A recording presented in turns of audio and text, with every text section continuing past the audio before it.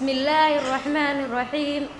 ugu horeyn waan idin salaamayaa dhammaan marti sharafta ka soo qayb gashay xafladeena quruxda badan xafladeena qalin jibinta macadkeena ibnu qayyim al-jawziyya waxaan idinku salaamayaa salaanta islaamka ah assalaamu calaykum wa rahmatullaahi wa barakaatuh intaas kadib waxaan halkaan idinkaga soo jeedinayaa gabay ku saabsan gabar wax baratay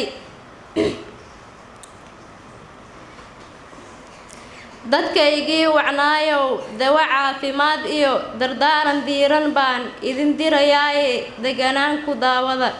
dad waxaa u dooroon dumar u darajo saraysa dadaal midii la timaadee daa'imkii abuuriyo dad midkuu ka doortee dunida u soo diree u digaayay ummadii degdeg midii ku garatee diinta dalbideediyo u diyaara daalacashada aqoonto dunida ka dooratay daarta dambe iyo darajooyinka sare duubka bulshada iyo dad meeluu degaba hal door waxaa u ah diimidii danaysee daboosho jirkeedee ku dahaaran xishoodo daa'imta daarteedo daadahaysa ubadko daryeesha dadko dacwo iyo dagaal iyo dood aan lahayno dawga toosan iyo dariiqii nebiga dadka ugu yeerayee daa'imkeen inoo dooray u dayma lahaatee aan dayacin abiidu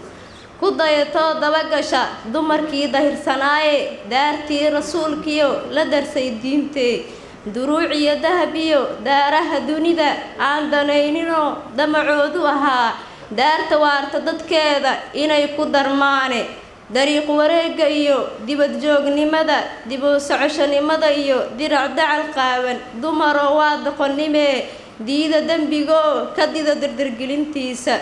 dad waxaa doorin kara dareenkooda bedeli kara dariska danayn kara daacadnimo kula dhaqmi kara daruuraha geyn kara dumar dar alla diinta u doorta weeye dumarow garta darajadaa diintu idin doortay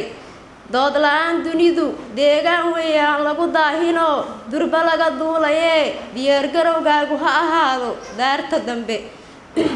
dardaarankaygii dadow ducaan u dabamarinayaa daa'imow allahayow dad ii daabad duni wixii dultukuba deeqdooda adiga hayee u diyaara mar walbee nagu dar allow dadkaad u dambi dhaafto daartaadii janno aad doorata iyo darkii xabiibkeena daliil inoogu ahaa nagu dar allow